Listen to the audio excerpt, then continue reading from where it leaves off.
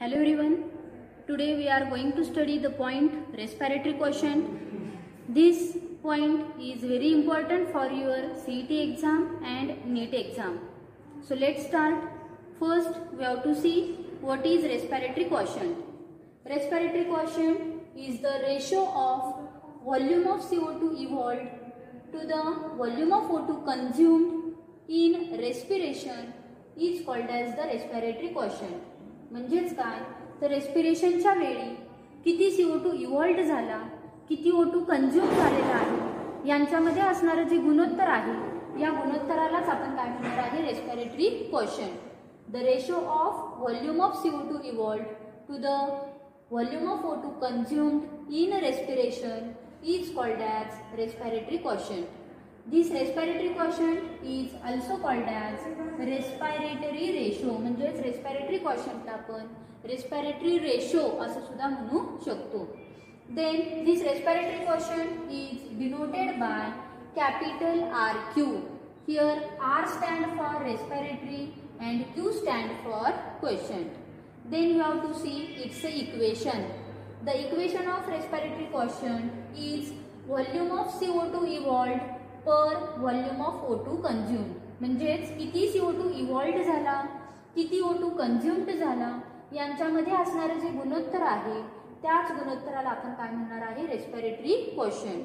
The equation is volume of CO2 evolved per volume of O2 consumed. Then this respiratory quotient is depend on, कशावरती depend आहे हा, it depend on respiratory substrate. जे respiratory substrate वरती respiratory quotient हा depend असणार आहे. So which are the respiratory substrate? The first respiratory substrate is carbohydrate, second respiratory substrate is protein and third respiratory substrate is lipid or fat. When respiratory substrate is carbohydrate, its RQ is always 1. म्हणजेच काय तर जेव्हा respiratory substrate हा carbohydrate असेल तेव्हा त्याचा respiratory quotient RQ हा नेहमीच काय असणार आहे 1. Why? Because the oxidation rate of carbohydrate is more than that of the protein and lipid. म्हणजेच प्रोटीन आणि लिपिड पेक्षा कार्बोहायड्रेटच्या ऑक्सिडेशनचा रेट हा जास्त असणार आहे आणि म्हणूनच इथं कार्बोहायड्रेटचा रेस्पिरेटरी क्वोशंट हा काय आहे 1. During the oxidation of carbohydrate, what happened?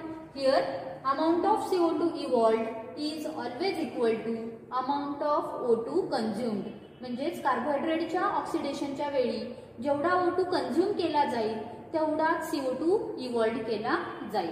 ठीक आहे. त्यानंतर आपण प्रोटीन बघूया.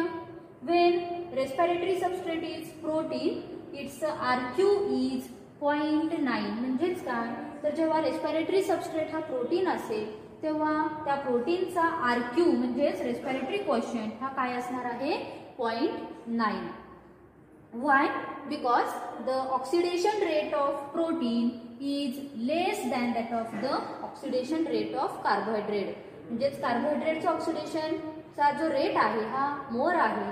प्रोटीनच्या ऑक्सिडेशनचा रेट हा कार्बोहायड्रेटच्या ऑक्सिडेशनच्या रेटपेक्षा थोडासा कमी असणार आहे. त्यामुळे इथं प्रोटीनचा RQ हा काय असणार आहे 0.9. So during the oxidation of protein here amount of CO2 evolved is not equal to amount of O2 consumed. जसं कार्बोहायड्रेटच्या ऑक्सिडेशनच्या वेळी O2 कंझ्युम करण्याचा रेट आणि CO2 इव्हॉल्व्ड करण्याचा रेट हा इक्वल होता, तसा प्रोटीनच्या ऑक्सिडेशनच्या वेळी O2 कंझ्युम करण्याचा रेट आणि CO2 इव्हॉल्व्ड करण्याचा रेट हा इक्वल मिळणार नाही. Here the amount of CO2 evolved is less than amount of O2 consumed. म्हणजे तिथं ऑक्सिजन कन्झम्पशनचा रेट हा CO2 इव्हॉल्व्ड होण्याच्या रेटपेक्षा जास्त असणार आहे. त्यानंतर लिपिड बघूया आपण. In case of lipid what happen? When respiratory substrate is lipid, here respiratory quotient is always less than 1. बघा कार्बोहायड्रेट बघितलं आपण. कार्बोहायड्रेटचा रेस्पिरेटरी क्वोशंट हा काय आहे 1. प्रोटीनचा रेस्पिरेटरी क्वोशंट काय असणार आहे 0.9 आणि लिपिडचा जो रेस्पिरेटरी क्वोशंट आहे तो काय असणार आहे it is always less than 1. Why? Because the rate of oxidation of lipid is very less than that of the protein and carbohydrate. म्हणजेच प्रोटीन आणि कार्बोहायड्रेट पेक्षा लिपिडच्या ऑक्सिडेशनचा रेट हा कमी असणार आहे.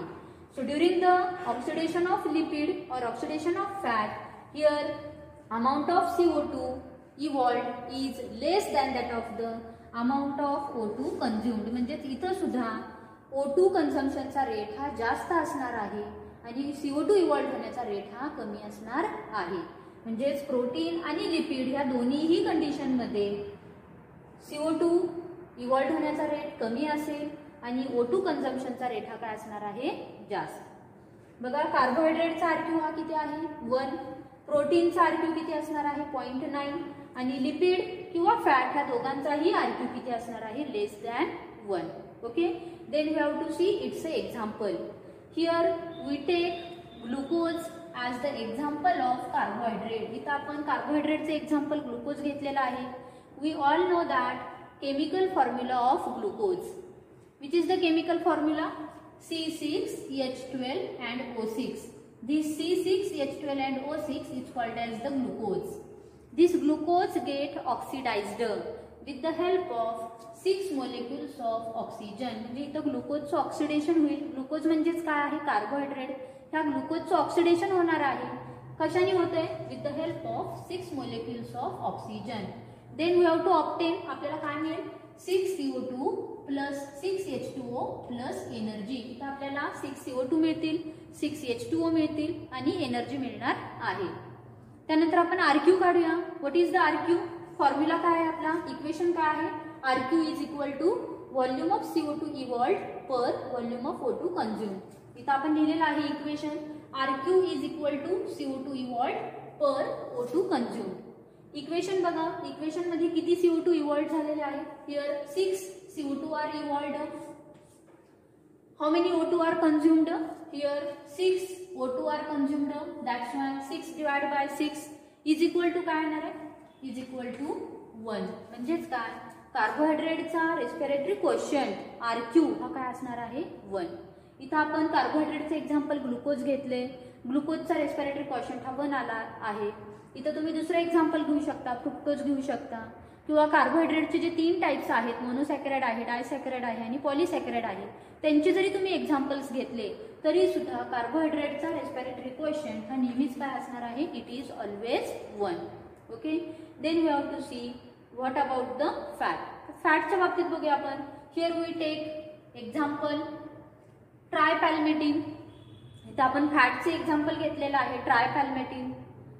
What is the chemical formula of tripalmitin? C51H98 and O6. C51H98 and O6 is called as the tripalmitin. Here we take 2 molecules of tripalmitin. इथं आपण ट्रायपॅल्मिटिनचे 2 molecules घेतलेले आहेत. These 2 molecules of tripalmitin get oxidized with the help of 145 O2 molecules. इथं आपण ऑक्सिजनचे 145 molecules घेतलेले आहेत. Then we have to obtain, काय मिळेल आपल्याला 102 molecules of CO2 plus 98 molecules of H2O and energy. म्हणजेच काय, तर जेव्हा ट्रायपॅल्मेटिनचं ऑक्सिडेशन होईल तेव्हा आपल्याला इथं काय मिळणार आहे 102 molecules of CO2, 98 molecules of H2O and energy. Then we have to calculate its RQ. आपण याचा RQ काढूया. परत RQ इक्वेशन दिलेलं आहे. इक्वेशन काय आपलं, RQ is equal to amount of CO2 evolved per amount of O2 consumed. Equation बघा, equation मध्ये किती CO2 इव्हॉल्व्ड झालेले आहेत. Here 102 CO2 molecules are evolved. इथं 102 लिहिलेलं आहे. Divided by how many O2 are consumed, किती O2 कंझ्युम झालेले आहेत. Here 145 O2 are consumed. That's why 102 divided by 145 is equal to, calculate करा. आन्सर काय येईल, आन्सर इज 0.7. म्हणजेच काय, the respiratory quotient of fat is 0.7. 0.7 म्हणजेच काय, इट इज लेस दॅन 1. मगाशीच आपण बघितलं कार्बोहायड्रेटचा रेस्पिरेटरी क्वोशियंट हा 1 असणार आहे. प्रोटीनचा रेस्पिरेटरी क्वोशियंट हा 0.9 आहे आणि लिपिड किंवा फॅट घेतलं तर त्या दोघांचाही रेस्पिरेटरी क्वोशियंट हा काय असणार आहे, लेस दॅन 1. इथं आपण कार्बोहायड्रेटचा रेस्पिरेटरी क्वेश्चन चेक केला, तो किती आलेला आहे 1. फॅटचा चेक केला, तो सुद्धा किती आलेला आहे 0.7, म्हणजेच लेस दॅन 1 आहे. बरोबर. अशाच पद्धतीने जर आपण प्रोटीनचा सुद्धा रेस्पिरेटरी क्वेश्चन जर काढला तर तो सुद्धा आपल्याला किती मिळणार आहे, it is a 0.9. Okay. Then we have to see what is the respiratory question of anaerobic respiration. तर आपल्याला अनेरोबिक रेस्पिरेशन म्हणजे काय माहित आहे. अनेरोबिक रेस्पिरेशन हा काय आहे, it is a type of respiration which takes place in absence of oxygen. म्हणजेच ऑक्सिजनच्या अब्सेन्समध्ये जे रेस्पिरेशन होतं त्या रेस्पिरेशनला आपण काय म्हणतो, anaerobic respiration.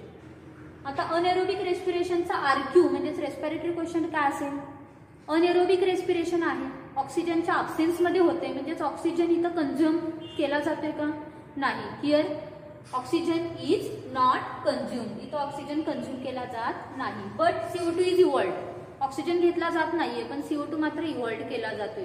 So in this case the RQ is infinite. अशा केसमध्ये आरक्यू हा काय असणार आहे, इनफायनाईट. म्हणजेच ऑक्सिजन नाहीये, ऑक्सिजनचं कंझम्पशन होत नाहीये पण CO2 तर बाहेर टाकला जातोय, इव्हॉल्ड केला जातोय, म्हणजे CO2 ची व्हॅल्यू मिळेल आपल्याला, O2 ची व्हॅल्यू मिळणार नाही. मग अशा केसमध्ये आरक्यू हा नेहमीच काय असणार आहे, here RQ is infinite. So here the RQ of anaerobic respiration is infinite. पुन्हा एकदा बघूया आपण काय बघितलं आता, रेस्पिरेटरी क्वोशंट म्हणजे काय. रेस्पिरेटरी क्वोशंट म्हणजेच काय आहे, the ratio of volume of CO2 evolved to the volume of O2 consumed in respiration is called as the respiratory quotient. Respiratory क्वोशंटचे एक्झाम्पल बघितलं आपण, कार्बोहायड्रेट आणि फॅट. कार्बोहायड्रेटमध्ये रेस्पिरेटरी क्वोशंट हा काय असणार आहे 1.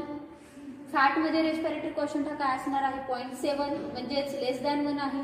प्रोटीन चेक केला तर प्रोटीनमध्ये सुद्धा रेस्पिरेटरी क्वोशंट काय असणार आहे 0.9. आणि अनेरोबिक रेस्पिरेशनचा जर रेस्पिरेटरी क्वोशंट काढला तर तो किती असणार आहे, इनफायनाईट. ठीक आहे. आता आपण एका चार्टद्वारे बघूया. ठीक आहे.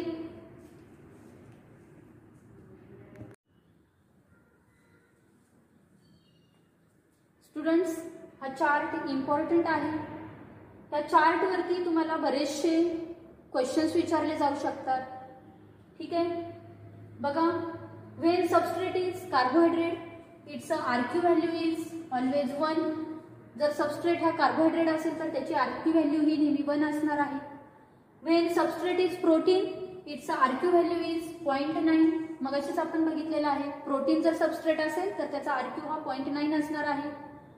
व्हेन सबस्ट्रेट इज फॅट और lipid it's RQ value is 0.7 और इट इज लेस दॅन 1, म्हणजेच 1 पेक्षा कमी असणार आहे. त्यानंतर अनेरोबिक रेस्पिरेशन मध्ये आरक्यू हा इनफायनाईट असणार आहे. इनफायनाईट का आहे, कारण अनेरोबिक रेस्पिरेशन मध्ये O2 कंझम्पशन केलं जात नाहीये. O2 is not consumed but CO2 is evolved. As a result its RQ value is infinite. Then when substrate is protein rich pulses, protein rich पल्सेसचा आरक्यू काय असणार आहे, it is similar like that of the protein that is 0.9. Pulses म्हणजेच protein असणार आहे. जर प्रोटीनचा RQ हा 0.9 असेल तर प्रोटीन रिच पल्सेस त्याचा सुद्धा आरक्यू काय असणार आहे 0.9. And the last is organic acid, म्हणजे जर सबस्ट्रेट हा ऑर्गॅनिक ऍसिड असेल, फॉर एक्झाम्पल मॅलिक ऍसिड असेल किंवा ऑक्झॅलिक ऍसिड असेल तर त्या ठिकाणी त्याचा आरक्यू हा किती असणार आहे 1.3, means it is greater than 1. ठीक आहे. तुमची नीट एक्झाम असेल किंवा CET एक्झाम असेल त्याच्यामध्ये तुम्हाला बरेचसे क्वेश्चन्स विचारले जातात. जर कार्बोहायड्रेट सबस्ट्रेट असेल तर त्याचा आरक्यू काय असेल, जर सबस्ट्रेट हा प्रोटीन असेल तर त्याचा आरक्यू काय असेल, अनेरोबिक रेस्पिरेशन मध्ये आरक्यू काय असणार आहे, ऑर्गॅनिक ऍसिडचा आरक्यू काय असणार आहे, आरक्यू म्हणजे काय, इक्वेशन कोणता आहे, याच्यावरती बरेचसे क्वेश्चन्स तुम्हाला विचारले जातात. ठीक आहे. So in this way, in the today's lecture, we have to completed the point respiratory quotient. Okay, thank you.